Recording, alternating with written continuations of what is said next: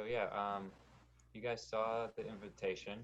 So if I don't know, Evelyn, if you're familiar with Orly Plus at all, um, but it's pretty much me and Alex went to school together at NYT about like 7 years ago. We graduated in 2013. Um, we grew out of the post Sandy experience, so we have a lot of um, knowledge and expertise doing post Sandy reconstruction and recovery. And we connected with actually Mariella, who's on the call in Puerto Rico, and we helped and collaborated with post Hurricane Maria a few years back. And we've been continuing to do community engagement work, some design work here and there on the side. Um, this isn't our full-time job, but it's what we want to eventually have, um, you know, as a real firm in the future. Um, so, we wanted to try and give back and wanted to start a community conversation going. I know there have been several similar groups that have started after this, pandemic has started to unfold. And since we're all in kind of isolation, we thought, it's a good time to get together on video chat and just talk about, um, you know, the the path moving forward, how it might affect architecture and design in the future, and try and get a community together to pull resources. I know there are a lot of different resources that are coming together in terms of monetary aid, obviously masks and stuff. Some of that we can help with. Most of it we really can't because we're not health professionals. But I think in terms of a resilience model, I think we can start talking about, what does this look like for healthcare design is one, at least one option in the future.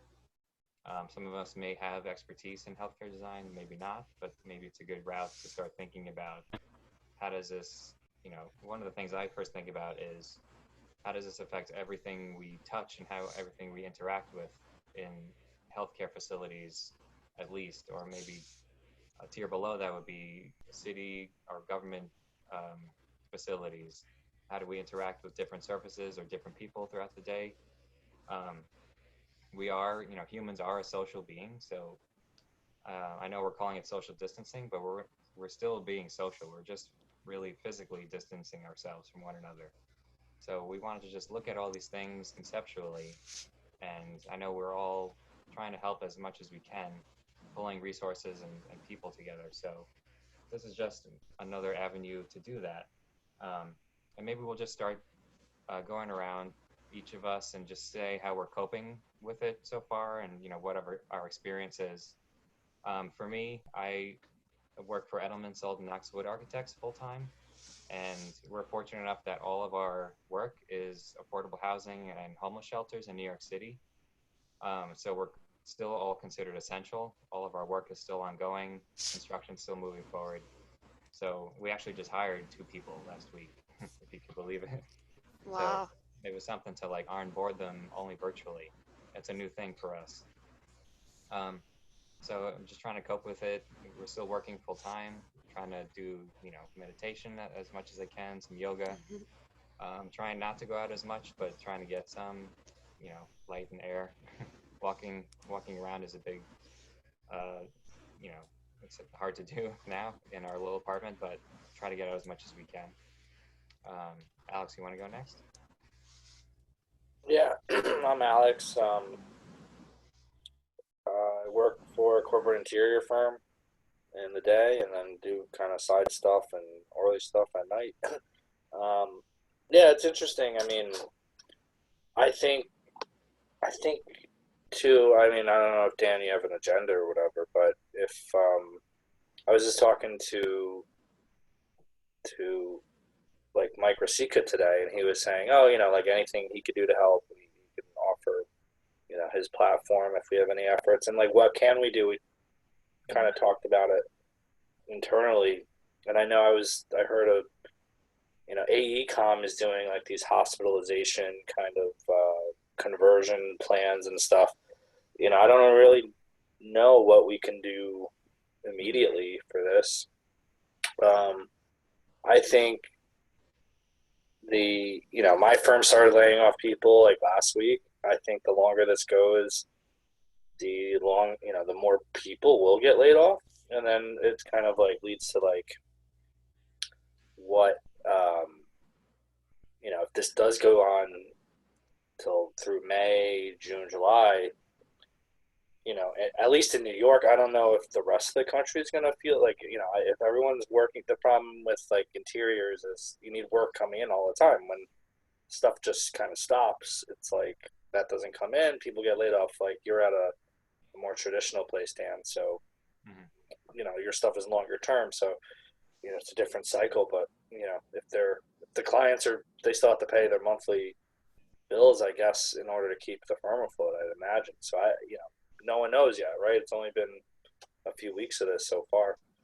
But, if everyone does get laid off, like say like a big portion of the architectural workforce, what happens when things get going again? Like, is it a total like free agency mass kind of like hiring market? Like people are gonna demand higher salaries. Like it's not like the recession when like anyone needed a job. It's like people can maybe be a little more selective about it, and not how are firms going to survive it too would be another big question. So like if that stuff falls between the cracks, what's left, and like is there opportunities for this kind of social community building like that we haven't seen before, because it's kind of like a shaken up market. I think in terms of communities, I think I don't know what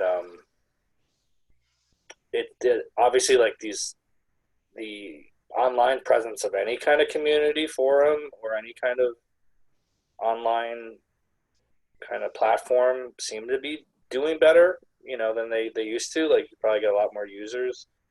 So maybe that's an opportunity.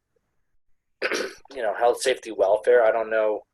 I mean, we had this conversation in our office today. It's like, if office redesign for social distancing, like we could put the workstations and stagger them, or like have more space per person to keep them 6 feet apart. But it's like, is that going to be a ramification for like the rest of time? Is it just temporary? Or, then I'm thinking like, why would people even need offices anymore? I currently work at Manuel Bermúdez Arquitecto, located in San Juan, Puerto Rico. I guess in a sense, Hurricane Maria prepared us for this type of social distancing and quarantining in a sense. After Maria, we changed all our servers to cloud-based servers, just in case we lose power or anything happened. So we've got all our files available. What we did with our staff is that we sent everyone home with their desktop computers because we didn't want them to put any additional strain on their laptops trying to run like 10 programs at a time. So we sent everyone home and we're working, all of us, remotely. We do mostly government work. So all of the work currently, it's either Hurricane Maria recovery projects or even earthquake damage evaluations from the recent earthquakes in January. But even though those are, in a sense, essential architecture projects which have deadlines that have been postponed over and over again by different government agencies, it's not considered here an essential task. I've been wondering what probably is going to happen with all of the project deadlines for different agencies to secure funding for their projects, because the deadline, I think it's now in August or September. So that's probably one main topic that worries me, at least here in Puerto Rico. And in a general sense, I think how Alex was talking about that they're laying off architects in different firms. I think it's very important to support your architects in your firm, not just laying them off, because they'll just probably move on to the next firm, another firm that probably helps them out during this type of situation. and they won't probably come back. So there will be an interesting reshuffling of the workforce in the architecture industry in the coming months, because people are going to move on. They're not going to stay and wait until they're broke or something like that. I mean, people need to keep on working. People need to pay their bills, buy food, the essentials. We also saw that during Hurricane Maria that people just left Puerto Rico. They just left to the US to get jobs. And there was a shortage also on architects here in Puerto Rico. Most of them, or probably like 25% of them, are coming back, but still there's a large amount of people that stayed in the US and are not coming back. So it's a very interesting field in the labor sense. And also how Dan and Alex were talking about how are we gonna develop this into an architecture project of a sense, or some type of resilient strategies. Something that I might be able to suggest is what we've been learning from Hurricane Maria, that we need some types of spaces that can transition easily into other emergency type uses, because we've seen the damage that's being done to, for example, the different stadiums, that they suddenly turn them into makeshift emergency operation sites, and they just damage the whole infrastructure. I mean, it's so expensive to put back that building into shape. So we need spaces that can easily transition from one specific use into another use in case of emergencies. Mm-hmm. So yeah, that sums it up. Cool. Thank you, Marielle. We'll talk about that a little bit later. Of course. Yeah, Evelyn, you Yeah, so I think I actually first heard of ORLI Plus because you guys presented at the Practice Innovation Lab, right? Yes, we did. Yeah. Which I ran in Vegas. Yeah. So my background, so I'm a licensed architect, but I work at Slack. So we've seen a very interesting growth within the last couple weeks, month. I think we have more new. We've grown more in the last 6 weeks than we did in all of 2019 in terms of individuals on our platform. Wow. Do you have video on Slack? I forgot. Huh? Is there video conferencing on Slack? There's one-on-one phone calling, but I don't recommend it. I mean, we are heavy Zoom users in-house, and all of the main platforms integrate with Slack. Mm-hmm. But yeah, so we've gone to. So it's been interesting to see how that company has, like, how the engineering and the customer success team has really adapted. We've also heard these amazing stories of how doctors in emergency rooms have started up workspaces to create knowledge bases, and we were actually able to. Sorry, my daughter. I hear my daughter coming. In a little bit. Do you need help? So there was. Sorry, guys. It's okay. You want it? Okay, come here. One sleeve. Get the other sleeve. Evelyn, that's a very nice house. Where are you? I'm in California. We're in Lafayette. It's a suburb outside of the Bay Area. Okay, go ahead. Yeah, my sister's in Oakland. Yeah, we just moved from Oakland in a little over a year ago. We have the 2 kids. We decided to put more money in the house so we could send them to a decent private school system. Evelyn, I was just curious, when you mentioned doctors were starting workspaces?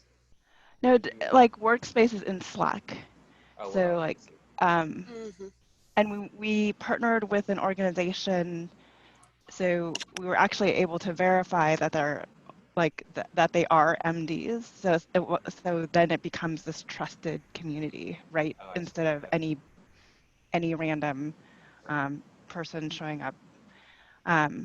Yeah, so we're supporting people that are coming together for obviously for prototyping, 3D printing, and then there's workspaces that are supporting people that are trying to get a vaccine together.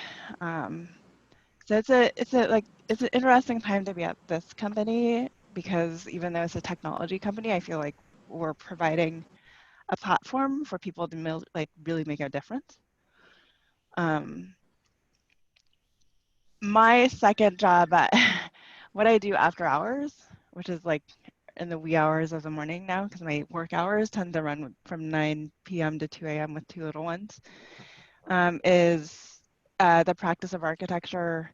So some of you probably know Janine Chastain, but we've spun up a document that was originally gathering communications and temporary policies that architecture firms were putting in place around all of this, gathering resources about remote working. I've updated that since a lot of people have found that they're on Zoom a lot through this, things like Teams and Microsoft to minimize, Teams and Slack to minimize kind of the amount of meeting you need remotely, and how do you actually run a remote team. But yeah, I mean, I'm concerned about kind of how architecture and how the profession is going to weather all of this. It's interesting that when architects refer to the type of planning they do around this, a lot of it, and even in the Architect magazine and the Architect articles, it was all about like, this is a part of our our resiliency planning. And my argument there is like, I feel like resiliency planning is a subset of business continuity, but business continuity planning actually means a lot more. And it's something that architects are really bad at. Yeah, notoriously bad at. So. Yeah, but I think in a sense, this has been, at least here in Puerto Rico, it has been an opportunity for architecture firms to actually be more effective and cut all of the extra time that we probably spent driving from place to place to get to different meetings. So we've learned probably to solve meetings through emails and solve different problems using Zoom platforms, Teams, because at least I don't think it was mostly widely used here in Puerto Rico. I mean, so it's giving us a chance to be more efficient in our practice. Yeah, and I mean, I hope like if anything sticks after this, then like those are the things that I would hope that would stick. I would hope that, architecture firms are able to adopt more asynchronous planning, right? To allow for people to have more flexible schedules and really work when they're most productive and present. I do think it was like by force of fear, like sheer force of nature in the pandemic that, they got pushed into this. But I'm also like having been in AIA leadership and having seen, I mean, as Alex has seen, like the wheel go around multiple times, I'm not like holding my breath too. Architects are really quick to fall back into kind of what they do all the time. Yeah, what I really miss is going to the construction site, because at our firm, I'm the one in charge of visiting all of the construction work, doing all of the construction administration, supervising, and I really miss the construction site. I really do. So I'm really looking forward to at least that part of going back to normal, if you can call it that, in a sense. Makes sense. Yeah. Right? Uh-oh. Go ahead. Okay. Yeah, I mean, I think like what firms are gonna go through now is like a real, like the big ones, like, like small ones probably have a better time through it, but the ones at scale are gonna have to drop a lot of that scale. Yeah. I mean, it's up to the leadership too. I mean, I think you come out of this and like the big firms in New York, so firms are in New York, like they can completely be different coming out of this, not exist. There could be new Exactly. partnerships. Like if you're losing all the talent that you have, it's just the relationships that they have. Sort them by firm size, just so like other firms can use them as templates. That would be amazing. We're finding that extra small firms tend to just communicate verbally or through whatever channels they have, not necessarily email. But I mean, we're building out a resource, right? So I have over like 30 pages worth of these, but yeah, but anything you can forward along. Yeah, I could. I mean, I don't know if they're useful in any respect, but I could send. We have a few of them. Okay. Yeah, I think in a sense, the different messages smaller firms send out, it's probably through emails directly to specific clients, because there's only so much work you can do from a remote location. So you have to also take into consideration how that plans out with the whole office management strategy that you're using currently. So to specific clients, we sent out an email. We're still working remotely. You can contact us. Yeah. And to other projects that we know are gonna take longer to start, well, those we left on hold, because I mean, there's only so much you can really do from a remote location. I can't print out any construction plans or drawings or anything. Right. No, but I was actually specifically talking about the internal communications that they're sending to you, like to the employees, about like how they're managing. Okay. Sorry, I need to cook the kids dinner. Yeah. Yeah, it's okay. All right. We're trying to do this every week or something, right? Is that? Yeah, we're going to try and do this every week. And I mean, if you wanted to respond to my email, if you had ideas about future topics, Evelyn, feel free to just, obviously this is just starting. So we're going to try and do an agenda for the weeks going forward. So if you have potential topics that you think are interesting, we can explore as a group discussion. That'll be kind of curated. Okay. You Perfect. can do that. Yeah. Thanks for joining. Thanks, everyone. Yeah. Thank you, Evelyn. Bye. Bye. Yeah. I've got one more suggestion of probably designing something. I've been hearing from different engineers that we worked with that have their sons and daughters are doctors, and they're using their garages as spaces in which they can exchange food or things when they come out of their shift from the hospital. So we probably can also look at spaces for, I know it sounds very drastic, like decontamination spaces, or type of foyer spaces in which you can leave all your stuff decontaminated before you go in the house.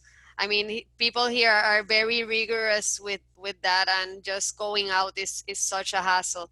I mean, it took me all morning today to go to the supermarket, just putting the bags, decontaminating and everything, putting it in the fridge and everywhere. It's just a horrible experience in a sense. But I think probably architecture and design can help create those kinds of spaces in homes, or even for yeah, something like that. I mean, and also probably for also healthcare workers, that so they can safely come back into the house. Because I mean, I've been seeing in social media, some of them sleep in the garage in tents. Some of them aren't even going home because they're afraid of contaminating their families. And I've been thinking a lot about, we're currently doing a project, a demolition project, in which there is asbestos containing material. And it's really interesting, all of the different booths that they have to go through. Yeah. The full wash down and all of that. I mean, that's too extensive, but it's interesting to see how probably architecture can aid in something like that, I guess. Something less rigorous, but that can give a sense of security to healthcare workers coming back home. Or even people coming back home with their stuff from the groceries. Yeah. But like, Yeah, you know, I mean, I this think is it's only a temporary thing too. So Yeah, I mean, it's not that permanent, but it can be some type of product or something. yeah. I mean, I think it's all like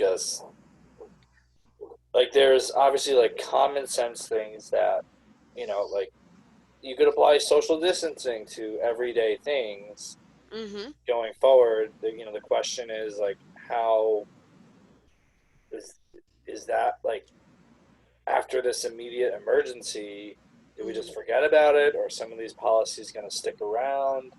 Mm-hmm. Are people going to be like, that's what we were talking about at our firm with the offices? It's like, does everyone want, are more people going to want private offices now? Like, is this Mm-hmm. really going to Also, carry into like how yeah. we lived our lives?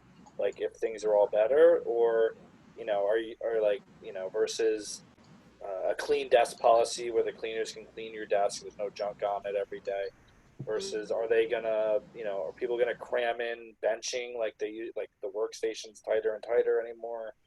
Um, Mm-hmm. like, like I would assume it would be up to every place to make their policy, but I don't know how these. I mean, I I don't mean, think it this all is a depends permanent on reality. each practice and each firm and the scale. There could probably be different scales of of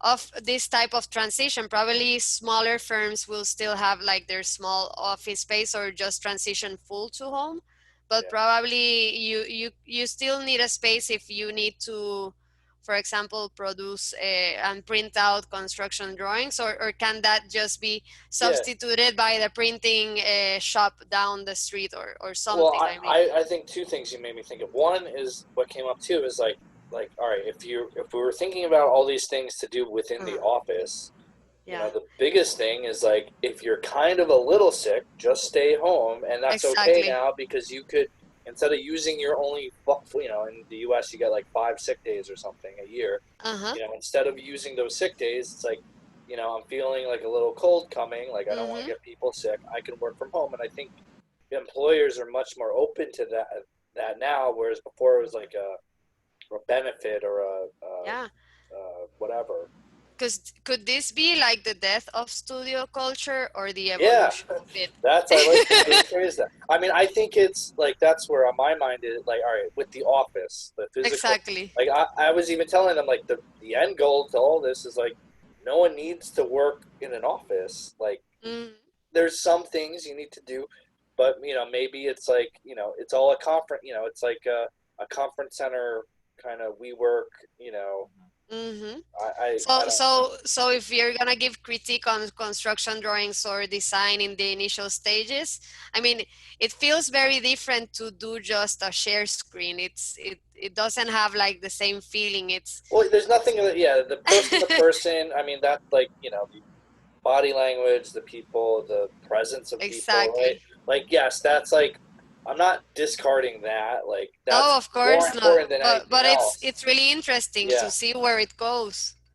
Yeah. I mean, I, after being, I mean, yes, it's nice to, obviously, I think everyone probably feels the same. Like, it's nice having the ability to work from home. It's just the little weird, like, the weird part is like, time just goes by so fast because you Mm-hmm. like, when you're at the office or whatever, you're like, this long until I go home. This long until I go home, right? And Exactly. it's like And now you measure your days by when the sun comes up and goes down. You don't even know which day it is. You don't even yeah, know what yeah, time is it. it's all right. the same day. Yeah, Because it's we're also eating all the time, mostly, in a yeah. sense. Trying to pass the time, like eating. So there's Yeah. some, but then like you miss like the biggest thing. Like I care less about the work we do. It's office. It's not that crazy. But it's like I miss the people I work with, like being there in the office. I do miss that. That's Like the best thing there's- about office. you're not going to replace the human thing, but in the future though, like why have as much? I think the whole system we had was like this system. It was the 20th century system or whatever for working. Right, you had a job, you showed up for work, you work. And then now like with all this digital stuff, it's like you could pretty much do anything. Like Yeah. I think firms are surprised on how much gets done. And yes, you need site visits, you need to measure, you know, you need to have presentations, probably most Exactly. importantly. But you know, it could totally, like, why have the I would question the whole firm, the death of. All right, so if culture, Is it I the mean, maybe birth it of evolves. co-working spaces? What's that? Or the birth or probably like the boom of co-working spaces, just spaces to do meetings, meet real Well, I quick, think like the and new then firm is move like what you're on. doing now. You know, like if we could, you have a project, and I've been working with, you know, like my side projects are basically like I work with Esteban, my roommate actually. I'm doing projects with Dan. We almost had a project, so it's like, you know, you put together the people you need for this project. You know, I could pay those people. You know, I could deal with the client, like whoever's dealing with the client. Sometimes I'm dealing with them. Sometimes it's through someone else, and I'm getting paid as an architect of record. But you know, like I'm able to do 3 separate projects with 3 separate teams, you know, Exactly. all working as individuals, you know, and now especially that this might become the new normal, it's like why have, you know, like like you don't need the standards of firms isn't, you know, Yeah, I thing that you're think gonna miss. But I like where you're going, because what we probably need to establish is what's the new normal. yeah, What new normal are we going back to? because the fun part is we get to establish it because Exactly. the old It's like normal is 50 gonna car die. pickup. It's like 50 car pickup. You Yeah, know, you exactly. suddenly have to reshuffle everything and figure out what's important and what's not, and which cards you don't want to pick up anymore.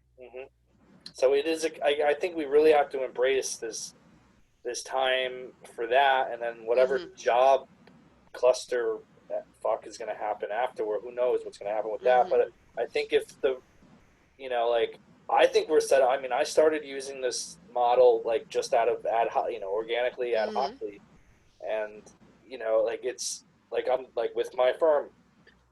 I think it's interesting. Like my supervisor, it's a one person is, you know, it's a one man name firm. So there's one partner. So it's like a kingdom. Everything goes to him, but he doesn't let anyone that's licensed get close to the top.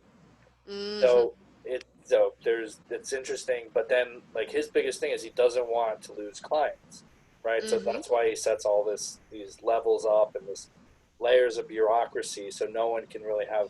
But I was talking to Contact with the clients. yeah, exactly. But none of them can peel them off because they're not architects, the higher up people, and they always go in groups.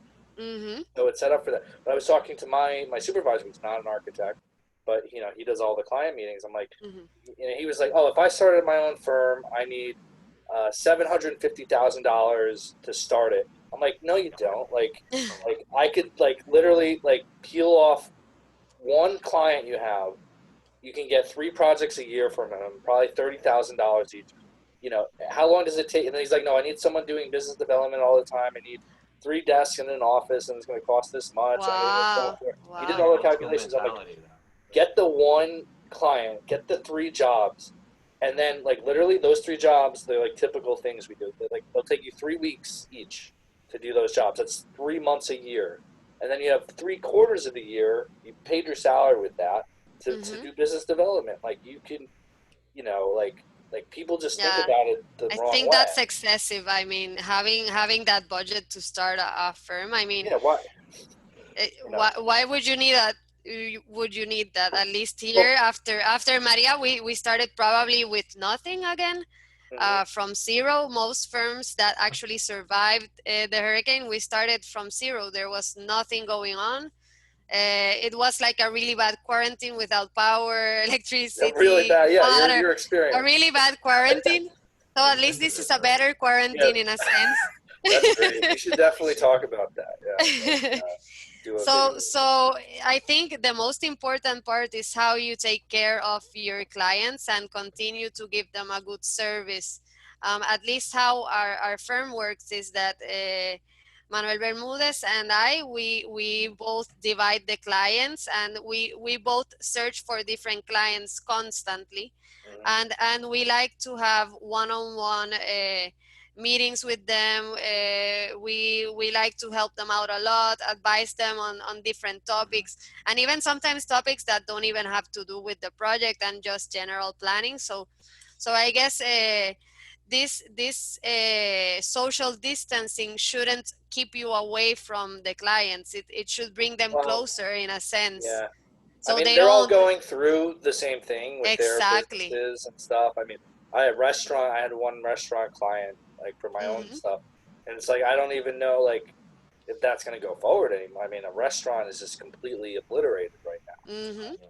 But probably they now need a spot so they can do pickup, delivery, and whichever. They probably did need that new space into their concept. Yeah, or even the sanitary stuff with restaurants. I Yeah. mean, who knows what they're gonna do? I mean, they haven't even. I mean, that's the thing. It's like, how can it can't change that much? Like that, we no one goes out to eat anymore in the future. Like, someone's like telling me today, like, restaurants are totally gonna change. It's like people are still like, that's the whole point of dining, is to have It's to go out. an I mean, it's called atmospheric going experience. out. Yeah, and someone actually was funny today. One of the designers was like, we design like an office kit, a pantry, and it's Mm. like, sometimes we show white background with a white. It's like, and they say it's sterile. Maybe they'll like that now.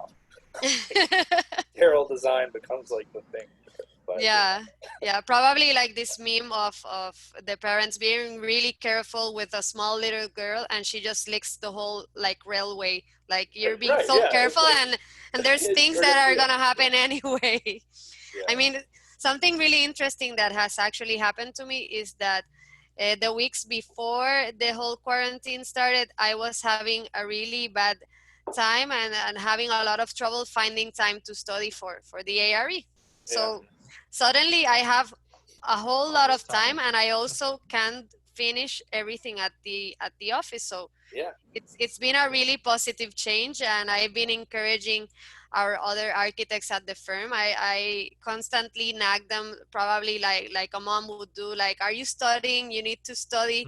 These chances don't come very often in which you can do full work at home and have the Yeah. flexibility to crunch in any study time. So I think Are it's, you but you have the time to study? Are you actually studying, or? yeah. Yeah. Okay. Like, I just So, find, like, so I thought suddenly I'd I have. have time to exercise, study, cook, work. It's like, but it's the So same. I mean, the day still has 24 hours. How Right. can I do all of this now? what are I they just doing find with the work scheduling the goes by exams? so fast. I mean, go ahead, Yeah. Dan. Sorry. What are they Uh, doing with scheduling the exams? Hey, hey, Lionel. Al. Hola. Hola, Mariela. Sorry I was late. I had a class presentation, final presentations that I had to watch, and it took a little while, longer than expected. How That's was it? okay. How was it, everybody? It was Good. okay. Yeah, we had It's Esteban great. on earlier and Evelyn on too. So we have, 4 or 5 people, 6. Yeah, Okay. it's only the first one. I explained that, we wanted to try and develop what we want to do each week as topic wise, what we want to Mhm. discuss. And Evelyn gave some good insights. She works at Slack HQ. She was the one that's part of, I forgot this, she set up the practice innovation lab that we were in, Okay. that me and Alex participated in last year. So she's part of that, and then Esteban joined for a little bit. Okay. Cool.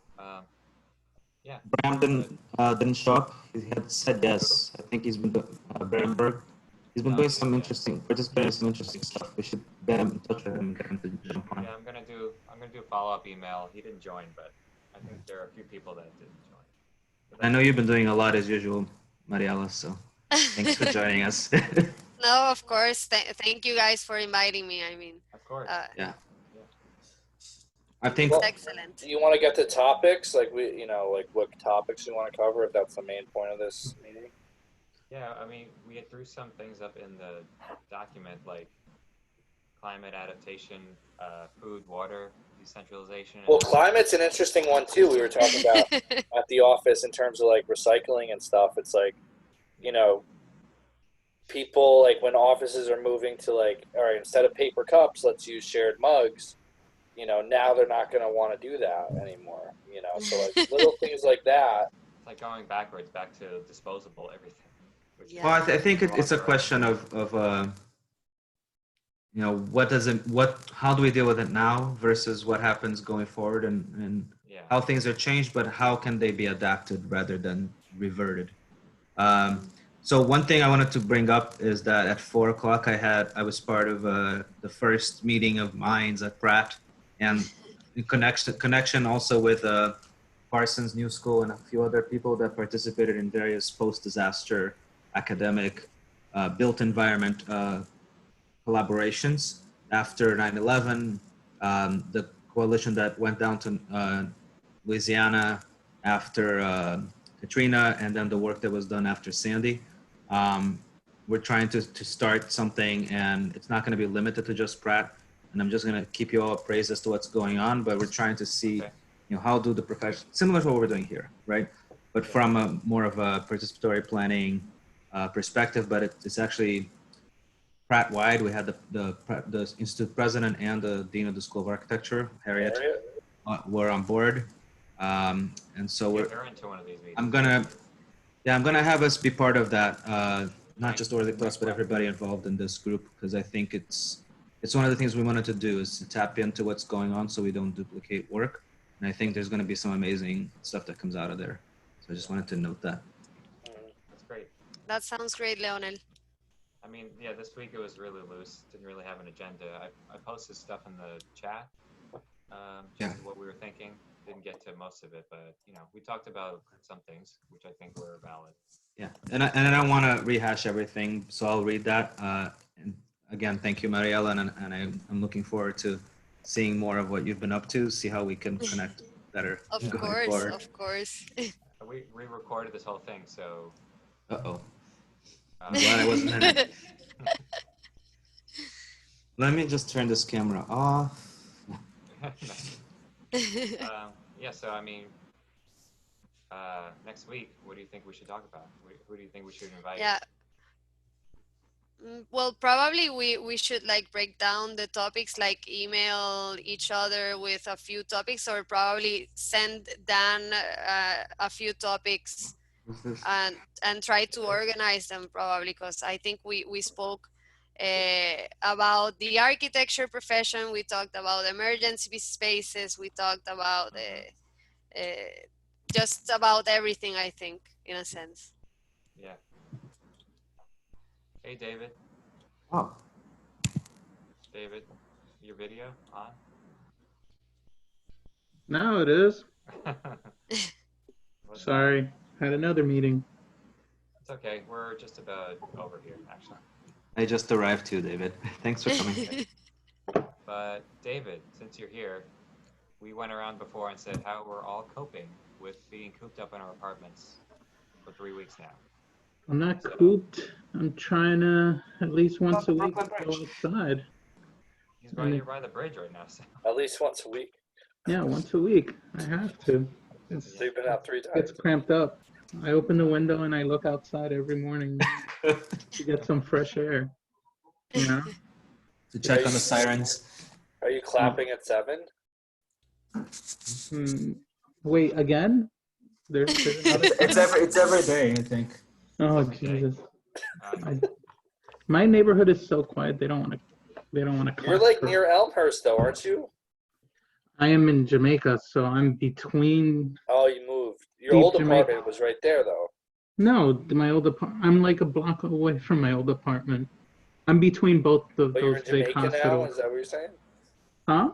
You're in Jamaica that you moved a block? I was always in Jamaica. Briarwood is part of Jamaica, according to the post office. Well, you're close to Elmhurst. Yeah, north of me is Elmhurst and the Elmhurst Hospital, where they have those big trucks, ice trucks, and then the Jamaica Hospital south of me has the same one. So all I hear every day is ambulances and cop sirens and everything. Yeah. So yeah, we get a lot of cop sirens too. I mean, we aren't even allowed to go outside to do exercise. So. Well, now New York City are going to find people that are outside, not social distancing. But Between not social. You can still be outside. You can be outside, but if you're not following social distancing rules, they'll give you a warning. But if you don't heed to the warning, they'll give you a fine between $250 or $500. Oh wow, What? that's very little. They're giving fines here of $5,000, I This is want for to. what? For people together? and you Yeah, still see people running around and swimming, and it's crazy. yeah, New York. They just announced it today, I think. Maybe Well, the Bellagio. exercising? No, fine for not social distancing outside. What if you can prove you live with somebody and you can't possibly get away from them in a tiny studio apartment? Yeah, That's the You're other paying- thing that's going to you're happen. paying People up. are going to hate each other. I'm in a one bedroom and we're still cramped in here. It's too much. We're in opposite ends of the room. Well, I'll at least give you some wildlife then. Hold on. These are Hey, ooh, Oh, I thought you were going to city wildlife. that's nice. What is that from? They look like Are those two pigeons. Yeah, Yeah. probably pigeons. Pigeons. They look infected. Because of the red Yeah. eyes? Yeah. Oh, you actually Oh have God, those. they're attacking even closer. That's funny. They haven't been named yet, so if you want to take a shot at it, go ahead. Did you make those? Yeah. What? One can be No, named no. Pancho. Pancho? Okay, we'll go with Pancho. Pancho. I'll have to run it by Dane, but for now, one is Pancho. And the other one can be Pancha. Pancha. We'll stick with those for now. Up for debate. No, Alright. they were made by this lady that frequents Washington Square Park and then some parts of Williamsburg. And she, well, we used to, I guess. And I thought she was just somebody who just did these and put them on. Pigeon lady? What? The pigeon lady? Yeah. She makes these. And she makes but wraps the and pizza. one in Washington Square Park that has pigeons all over. No. These pigeons all over. not real ones. Oh. But she does feed them as well. I thought she just did this for people to like give her tips and so on, but she actually sells them. Dane chased her down and bought a couple. That's cool. That's my wildlife moment. Anyway.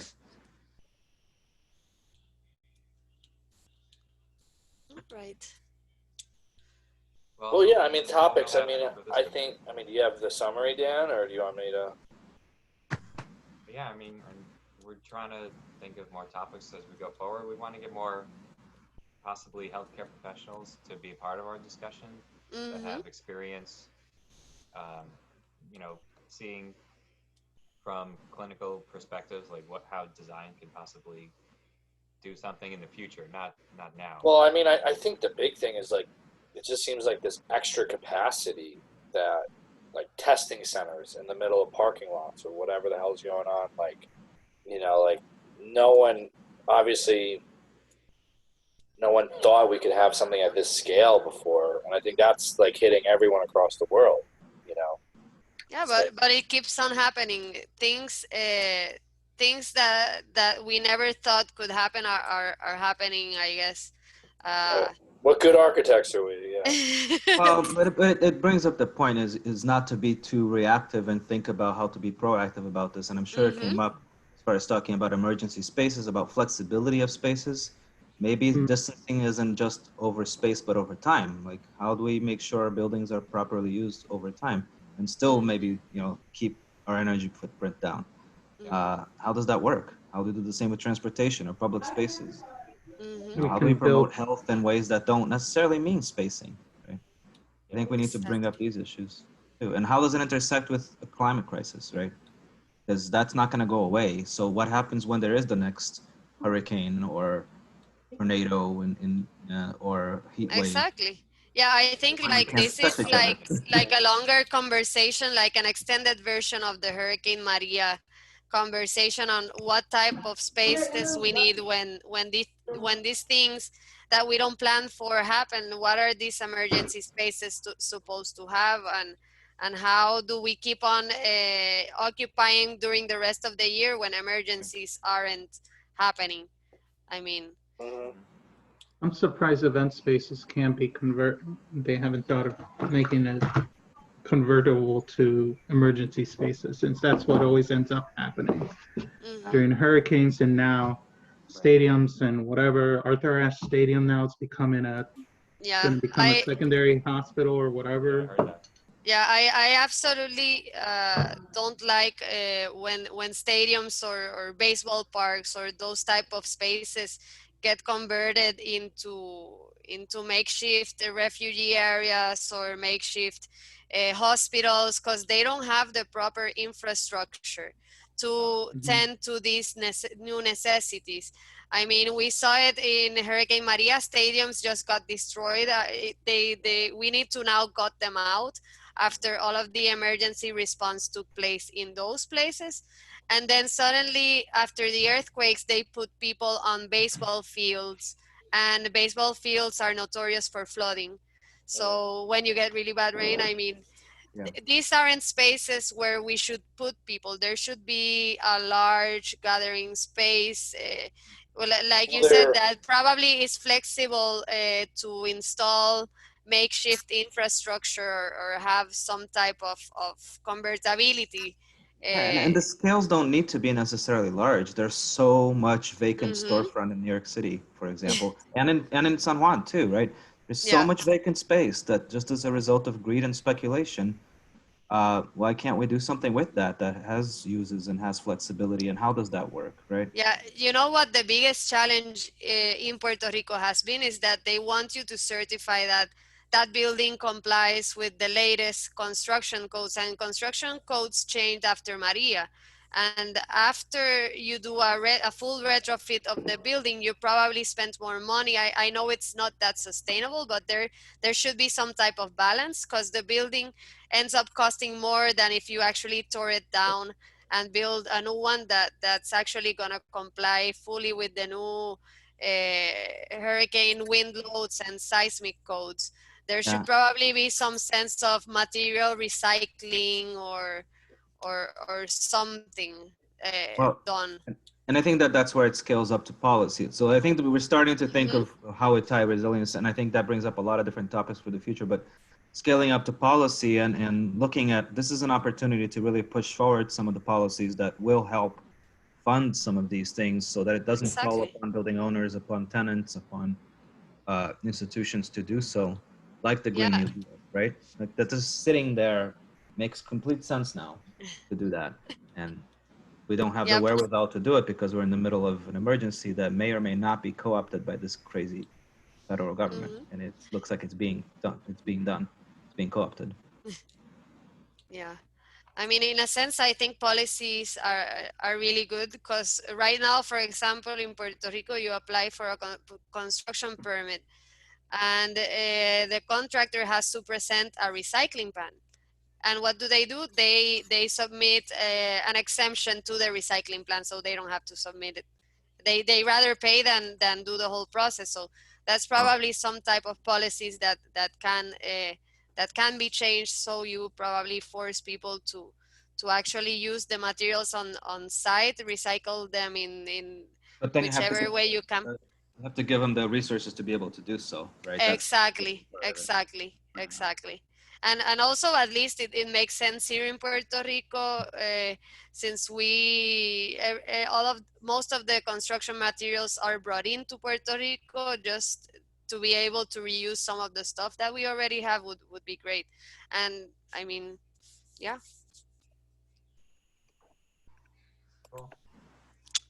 Food for thought. So Dan, we have the document. How do we want to organize this rather than have a gigantic email stream? I know we wanted to talk about, I don't know if this was talked about before I got on. Do we want to, well, first of all, David, do you want to add anything? Because we just kind of asked you how you were doing and then jumped into other things. No, it's okay. Any thoughts or ideas or? No, it's fine. Go ahead. how do we want to organize how we resource or create a database or list of resources or other initiatives so that we don't duplicate them and make them available to everyone who's participating here. And then two, how do we co-create the agendas moving forward and the different projects or initiatives that we'll take on as a group? How do you all want to do that? Maybe that's not just for Dan, but since he mentioned the document. Yeah, we started the spreadsheet, and we had a number of documents in our drive. One was a spreadsheet with who we wanted to invite, and their organization, area specialization, and any resources that they shared with us. And maybe we could add something for like potential follow-up for another forum discussion. It could be a whole forum based on what they brought up, or it could be based on what the group came together and thought about as a group kind of thing. Yeah, probably. May I suggest? Probably what we can do is write you an email then with the different topics that we think we discussed today. So probably there should be one person organizing all of these topics, and once we got all the topics broken down, then we go into the part of getting more information, the resources, and doing all of that. Everyone okay with that? So maybe Dan and I can take on the task of starting this off from whatever emails you send, and we'll send an email to everybody else who was part of that original communication. Yeah. And then we'll announce the next one a little bit sooner. Maybe not next week, so we can get fully up to is. Thank you all for coming on short notice, by the way. It was short notice, but it's not like I can go anywhere. So yeah, but we all say that. But I've been having back to back Zooms for like the last 4 days. Yeah. But yeah. The point is, I think we're gonna try and have another one next week. But I think it might be more useful, even though we could have a check-in like this, maybe to discuss which topics do we want to tackle first, and probably like by the end of the week or something like that. Yeah, let's shoot for next week. If we do it every 2 weeks, I think we're gonna lose. Well, I'm not saying every 2 weeks. I'm saying we should meet next week, but it might not be under a specific topic yet. It might be to decide what we have as resources and what we want to tackle first, right? Okay. I think you could pick a topic. I think then you start bringing in, the people we want to bring in. I don't think this is like a big secret effort that we have to be so precise about, but I don't know what topics first, but we try. Probably the first few meetings. Probably that's fine too. Yeah, probably the first 2 or 3 meetings should be probably the whole, should we say the whole group talking about the different topics and refining the information before we start bringing in other expertise, so we can target them to specific topics and probably get more information. Well, I think what would be effective is if, especially if we're going to open this up to other people, like you have like a slide or two that you're just showing, like, this is why you can put the statement on there. You could put. I think we can topics, do that. Yeah. And what general buckets of themes that we're looking into. We already kind of have that. 2 slides. So I think that would be good just to get people some potential places to focus. So we're kind of in between picking full-on topics or investigations and just having a general conversation. Great. All right. Okay. And so we'll send an email around to everybody who is in this. If you think of anybody else that you definitely think should be part of this, let us know. I think we'll put that in the general communication too, that Dan and I will send. Yeah. All right. Okay. Yeah, let's see if we can get Ilya on the call. Yeah, I invited him, but he's always busy. So. Yeah, maybe but maybe in 2 weeks you can invite him. Schedule it. I don't know how people. It's a weird thing. People are busy, but like it's not like it used to be. Like scheduling people, I guess. I know everyone's home. And I think like my thought with this was that there are many emergent real-time short-term initiatives that are already ongoing. I want to see how we can look at the long term and really think of how we're not being reactive, but we're being proactive. Yeah, about I think it's all a time. I mean, I think the time has a big deal. Like literally, there's different scales or different durations that each solution's really an answer for, right? So just from my personal perspective, I think there will be enough to tap into that's already going on, that it behooves us to maybe think long term and more comprehensively. But yeah, I mean, I don't know if there's much we can do in the short term either. You know. All right. So we'll follow up and we'll get it going. You know. Cool. This is being recorded. Gather the info and see what happens from there. Yeah. That's the best. We have nothing but time now. Stay healthy. So stay healthy, everybody. Yeah. Yes. All right. No more licking doorknobs for anyone. Damn. As Wow. Dane is walking around outside doing who knows what. Okay. All right. All right. Good night. Buenas Stay safe. noches. Thank you, everyone. Bye. Bye.